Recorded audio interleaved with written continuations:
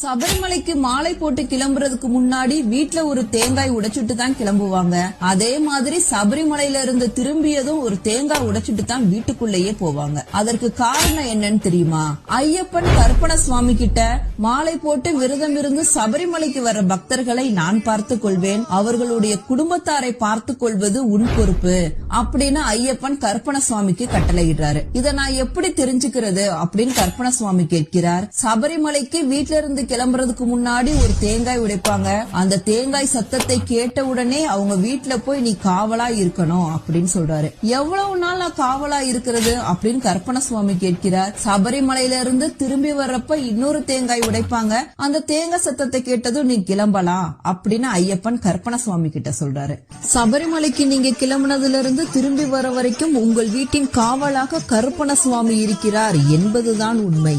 அதனாலதான் சபரிமலைக்கு போறதுக்கு முன்னாடி கருப்பா என்னுடைய குடும்பத்தை பத்திரமாக பார்த்துக்கொள் அப்படின்னு சொல்லிட்டு கருப்பண சுவாமியை வேண்டிக்கிட்டு ஒரு தேங்காய் உடைச்சிட்டு கிளம்புறாங்க.